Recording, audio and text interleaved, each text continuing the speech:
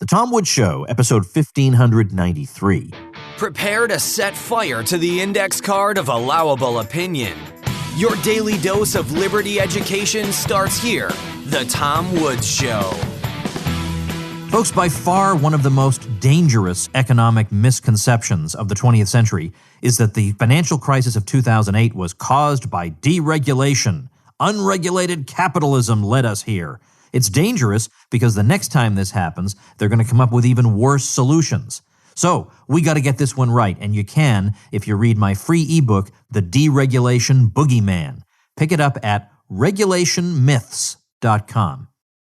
Hey everybody, Tom Woods here. Walter Block Week continues, and today we're going to be talking about Walter's classic book, Defending the Undefendable, where he takes a variety of different kinds of people in our society who are reviled, misunderstood, whatever, and rehabilitates them in light of libertarian theory. It's a fun book to read because it's an interesting intellectual exercise to observe Walter at work, and also because, well, frankly, he's generally picking people who have been misunderstood and who do deserve to be rehabilitated. And by the way, not everybody in his books is doing something that you yourself may approve of, but half the time the question is, does the person belong in jail?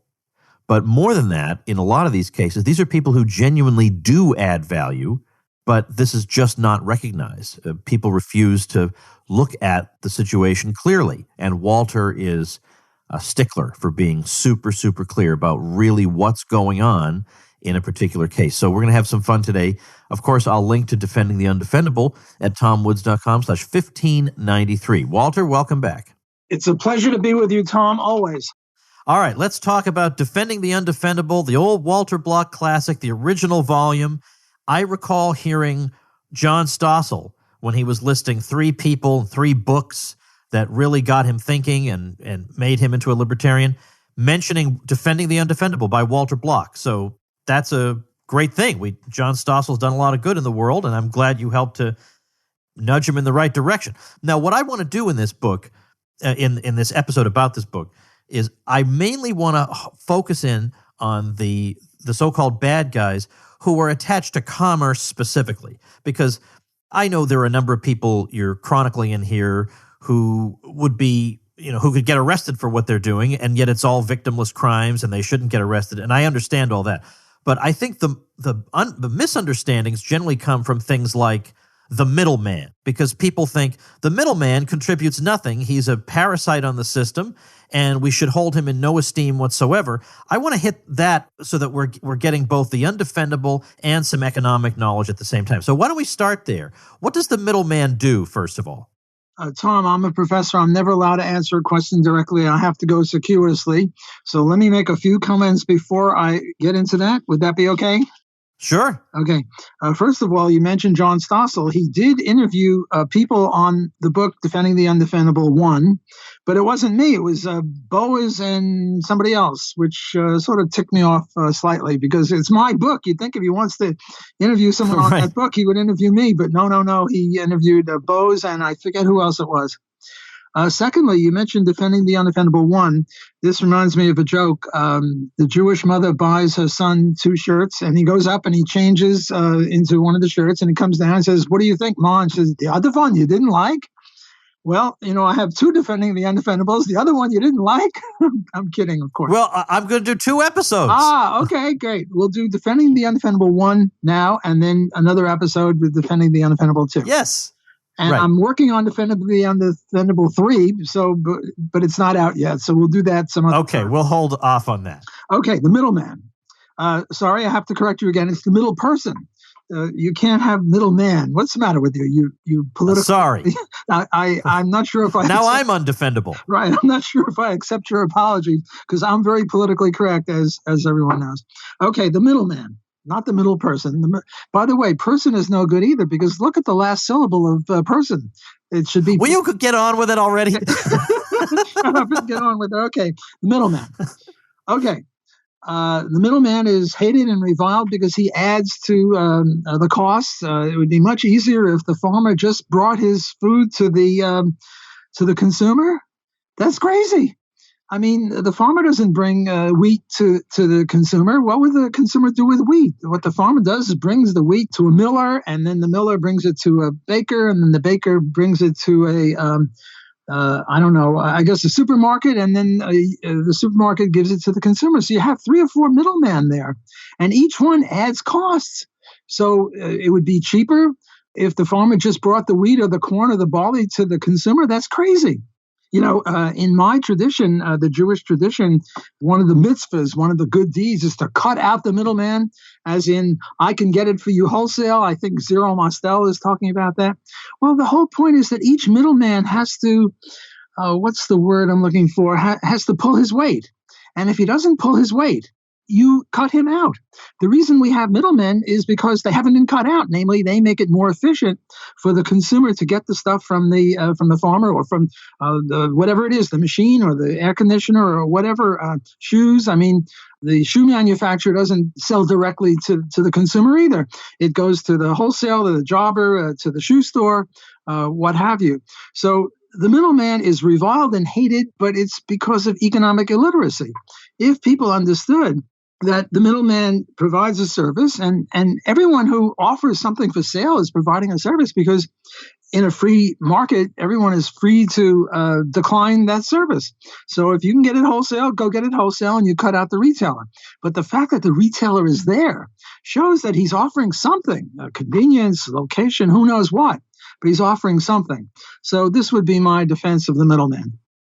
I want to add a little something to this, bringing it into the 21st century a bit, thinking about online stores where you have a lot of people who run, because I've seen a lot of my own listeners do this. They run little e-commerce stores from their laptop. So let's say they've got a Star Trek merchandise store. They don't almost never do they actually manufacture the products they're selling. They get the products from somebody else. They find them somewhere and they feature them on a site and people buy them.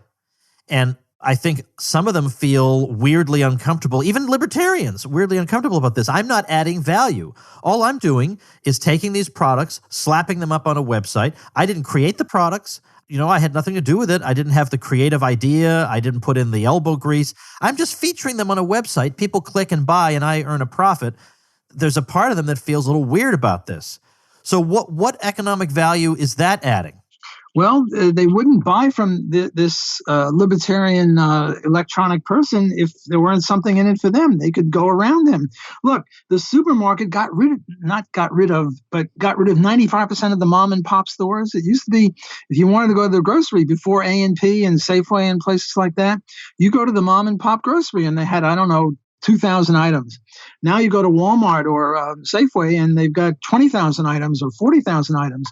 So they get cut out. Sears is being cut out by, Sears cut out a lot of people, and now Sears is being cut out by the electronic ways of selling stuff. So it's a jungle out there. It's red in tooth and claw. People are competing so as to get the best shot for the consumer. So to these libertarians, who are maybe a little guilty about doing this, I would say, go read Hazlitt's Economics in One Lesson, or read my book, or read anything of Murray Rothbard or Tom Woods. Right now I'm using your book on religion on my economics and religion course. There's a lot of economics in there, not just religion. So there's a whole sheaf of economic books for libertarians and anyone else who wants to learn about the middleman and profit and voluntary interaction, because every time there's a voluntary interaction, at least in the ex ante sense, everyone is gaining. So these libertarians who are selling something on the web that they buy from someone else are providing a service for their buyers. Otherwise, the buyers wouldn't buy from them. Yeah, no kidding. No kidding. I mean, look, that's what I try to tell them. You're providing because first of all, there are a million it's a division of labor. The wholesaler doesn't necessarily know how to reach the general public all the time. That's not or the manufacturer that's not their job. That's not what they specialize in. It's your job.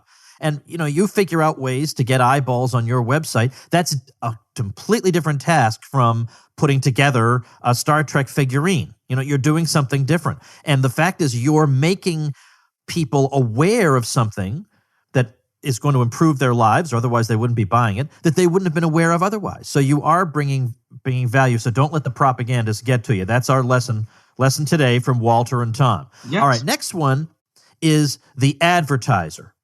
Now, I do want to talk about this because, look, I'll admit it. I'm a weirdo on this. I love advertising. I'm fascinated by advertising. I listen to a lot of podcasts. They have advertisers on there. I do not fast forward through those ads. I want to hear, because half these people are my friends. I want to hear, how do they promote this product? How do they do it? And I also want to know who's supporting them. What sponsors do they have? I find this fascinating.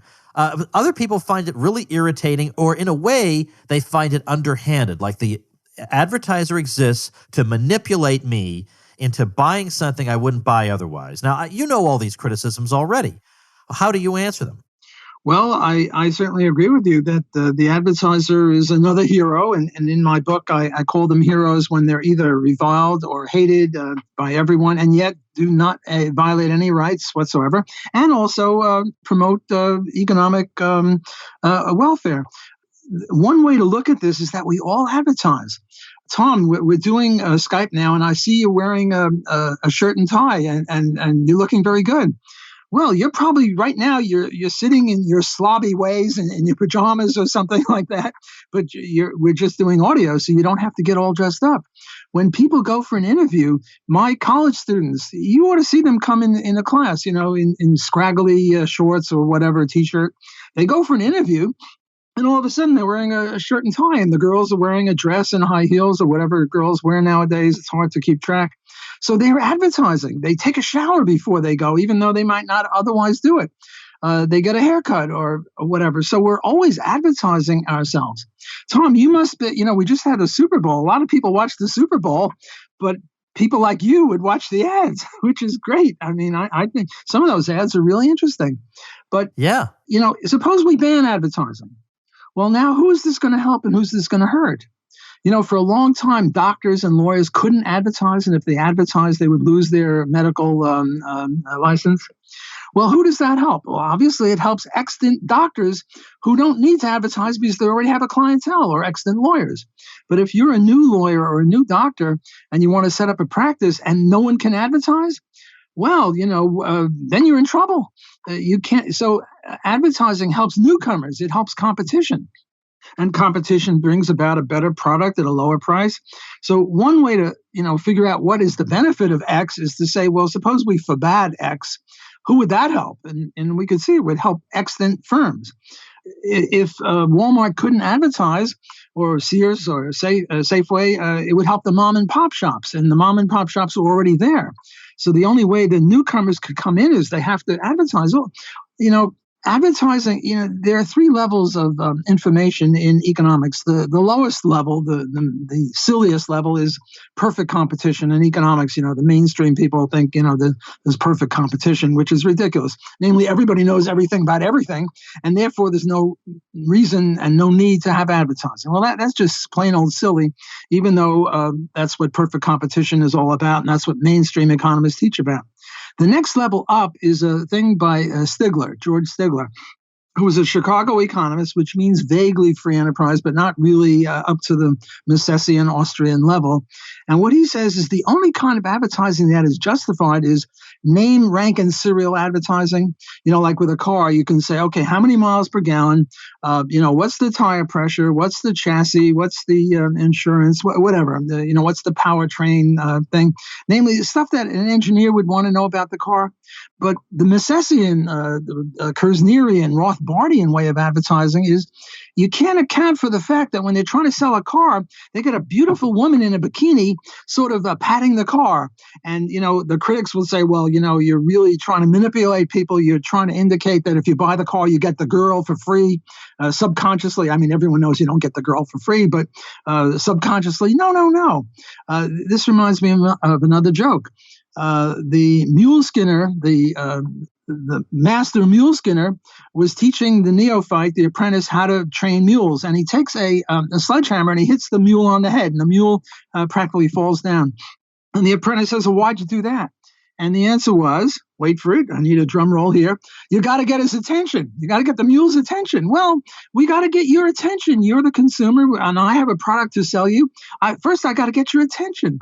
And the Stiglerian view of advertising is, just sort of information of the sort that the engineer would like.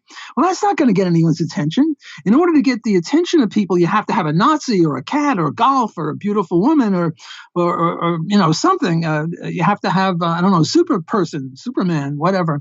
So a lot of what advertising is trying to get people's attention because, I teach a class and I'm teaching elasticity or interest rates and the kids are bored because, they don't want to learn about that crap. I have to get their attention. So I have to jump up and down and scream and pull my hair out. Well, I'm advertising. And I have to use body motions and, give examples. And I was teaching elasticities. I was illustrating with rubber bands to try to get their attention. Well, that's all advertising is an attempt to get people's attention. And if you want to have a market and you want to have newcomers and you want to have competition, well, you have to allow people to get other people's attention. And if you ban advertising, as Bernie Sanders would probably want to do, well, then you don't have much of a market. All right, so I think that one's pretty well taken care of. I mean, but on the other hand, can I just say, just echoing some of what Rothbard says in, I think it's in Man, Economy, and State, that it might have been Ralph Nader, but obviously not just him, who argues that advertising creates wants that we don't have, otherwise. That I would never have wanted or needed this thing if I hadn't seen this ad, and so the ad makes us act like zombies and go to the store and just buy whatever they pitch to us. But if that were the case, then there'd be no need for market research to know what the public wants. Just produce something, make an ad, and like zombies, they'll go out and buy it. So it obviously doesn't work quite that way. All right, let's look at the Slumlord. In fact, before we do that, let's take a quick break. All right, let's have 2020 be a year that you keep your New Year's resolutions. Make it a year where you explore new skills, deepen your existing passions, get lost in creativity, and you can do this with Skillshare's online classes. Skillshare offers thousands of classes in business, writing, photo and film, design, animation, illustration, and many more. And when you join, you get access to all of them. And these are classes designed for real life, so you can move your creative journey forward without putting life on hold. You can learn and grow with these short classes that fit your busy routine. With the skills you learn on Skillshare, you can enhance a currently existing interest, or you can build up skills that can make you more employable, or even help you build your own side hustle. I myself am interested in a very popular new class, Real Productivity, How to Build Habits That Last. Explore your creativity at Skillshare.com/woods and get 2 free months of premium membership. That's access to the thousands and thousands of classes at Skillshare for 2 months for free. Head over to Skillshare.com/woods and start your membership now with your 2 free months.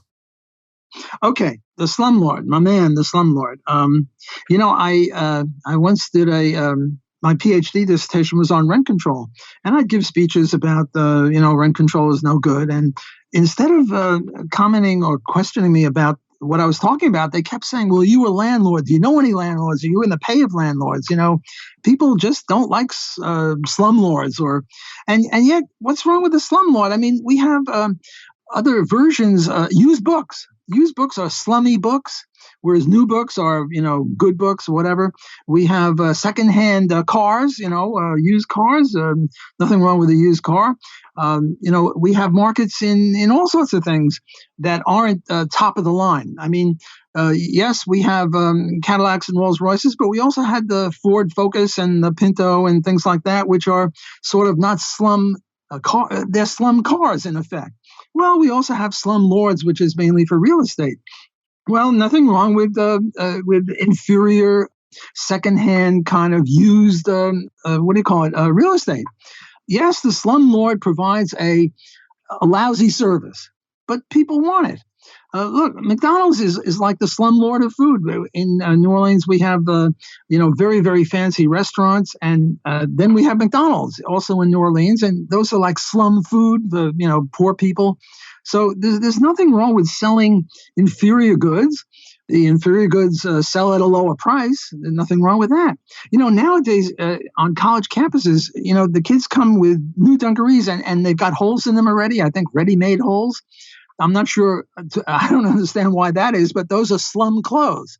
Well, usually when you get, here's a counterexample. Usually when you get slum stuff, it's cheaper. Those dungarees are pretty expensive.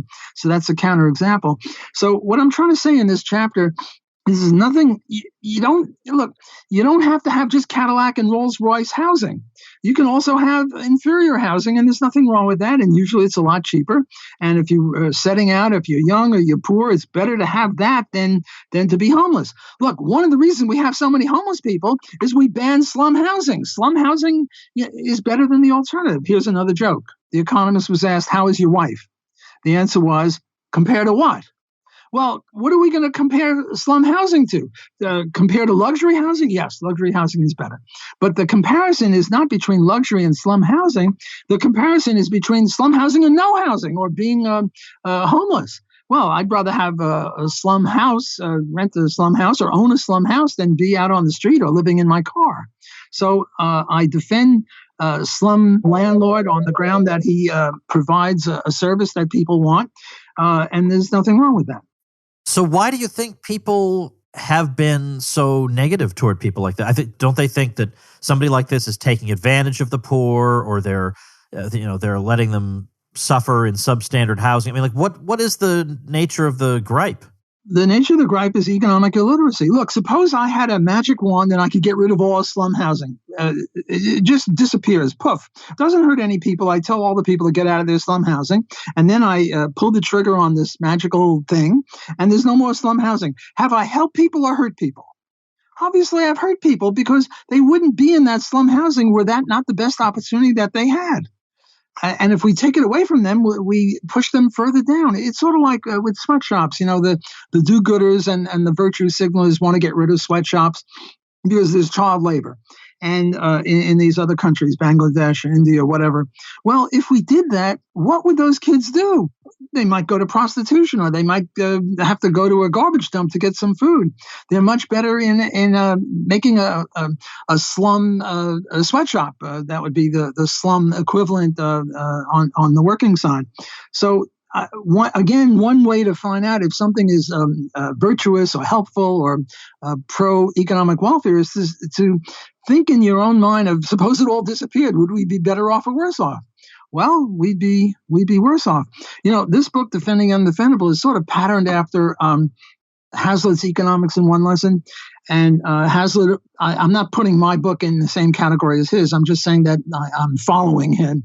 Hazlitt's book is, a genius book. But he says, look at the effects on not just on the present, but on the future, and look on the effects of any policy, not just on one person, but on a lot of other people. Well, I'm trying to do that with the slumlord. I'm trying to say that if we got rid of the slumlord buildings, the real estate, people would be worse off, from which we can deduce that he's a benefactor. Look, the slumlord doesn't have a gun. The slumlord doesn't come up to you in the street and say, hey, you either rent my house or buy my house or I'll shoot you. No, the slumlord sits there, he advertises, and he says, hey, I got this house. It's pretty cheap. You want it? And you say, yes, my God, I'm dying to get this house. And now somehow we say that this is no good. Well, what's the alternative to slum housing? One of them is no housing, and the other is public housing. Well, the government public housing, they throw a lot of money on this. And here my guru on this is Jane Jacobs, who says that, the problem with public housing is like a vertical slum. They don't allow people who around who the neighborhood can coalesce, the neighborhood leaders. They only allow the poor in there, and mostly it's single family, single female-headed households, and the mothers can't control teenage boys, and there are no eyes on the street, so there's less safety because there's no commerce in those places.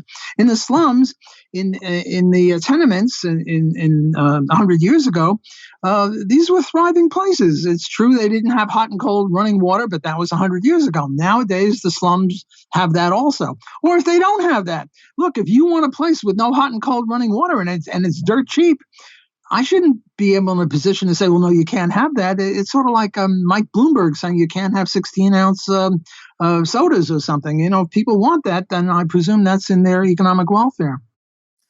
I got to do one last one before we wrap up. Good. One last one, just Good. because there's so much, well, in some cases economic illiteracy, in some cases just innocent economic ignorance that people would like to have knowledge about, and that's the speculator. Because you hear speculator, and that just sounds underhanded because of the way we've been led to think. And I think some people don't even know exactly what a speculator does. All they know is, whatever it is, it's sinister and underhanded. Yes, speculator is evil. You're a speculator. You're a bum. You're no good. The way I illustrate that is I take the Bible, and in the Bible there are 7 lean years and 7 fat years. And the 7 fat years come first. And during the fat years, you have a lot of crops and the prices are pretty low. And the speculator thinks that in 7 years from now, there's going to be very little food. So what he does is he buys up food cheap because right now there's plenty of food and the prices are pretty low. Supply and demand will indicate that. And what does he do with this food? He sticks it in a barn, or he sticks it in a basement, or he sticks it who knows where. And now there's a frost or whatever, and there's hardly any food. And now what the speculator does is he disgorges the food that he saved up, and he sells it at a very high price. And people are saying that he's taking advantage of poverty and taking advantage of starvation, and he's selling it at a high price. That's why they hate him. But the economics of it is what he's doing is ironing out the oscillations. See, during the fat years, prices are very low, and during the lean years, prices are very high. But what he does is during the lean years, when prices are low, he buys, so he raises the price. And during the lean years, when prices are very high and there's hardly anything around, he disgorges from his silos, and he lowers the prices and increases the amount of food. So what he's doing is ironing out the oscillations of plenty and fat years and lean years. But he's caught selling at a high price, and people are saying, well, if he had any decency, he would sell at a low price. But the point is, if he's going to be here's another joke. Economics is not a joke, but economics has funny. I know exactly which joke this is. So, but go ahead. Go ahead. Is it the one about raising prices, lowering prices, keeping them the same, or is it different? No, the old speculator was on his deathbed, and he was teaching the young speculator how to do it. And what he said is, buy low, sell high. That's the joke. Well, what the speculator did is he bought low when there was plenty of food and prices were low, and then he sold high. But when you buy low, you raise the price, and when you sell high, you lower the price. So he's ironing out the oscillations of prices and also ironing out the oscillations of the quantity of food. Because during the fat years, there's plenty of food, and he takes food away. Where does he put it? He puts it in a barn or a silo. And then all right. So again, let's try to analyze this the way you did other things. Suppose we take away the speculator's function. Right. Is society better off or worse off? Obviously, that means that at a time when we desperately need food, there'll be less available, right? Oh, much less available, and there'll be starvation. So the speculator is a hero. My man, the speculator. Yay, speculator. Yeah. All right. So look, we spent today talking about the classic original text, Defending the Undefendable. I'll link to that at tomwoods.com/1593. But there are so many, we didn't even scratch the surface of the people who have been demonized in our society, who are rehabilitated in this book. And tomorrow we're going to go on to Volume 2 that I bet many people don't even know exists. We're going to give that a little shot in the arm with Defending the Undefendable 2. So we've got a continuing rogues gallery to rehabilitate tomorrow. So make sure and tune in for that. Thanks, Walter. Thanks, Tom, for having me. It's always a pleasure. All right, folks, tomorrow we continue with more Defending the Undefendable with Volume 2. But in the meantime, my most recent ebook, make sure you got it. It's called The Pentagon versus the Economy, and it's about all the ways, mostly hidden, in which the Pentagon deforms the economy. Really, really good stuff, and I think you'll enjoy it. You can get that over at militaryeconomy.com. I'll see you tomorrow. Become a smarter libertarian in just 30 minutes a day. Visit tomwoods.com to subscribe to the show for free, and we'll see you next time. Like the sound of The Tom Woods Show? My audio production is provided by Podsworth Media. Check them out at podsworth.com.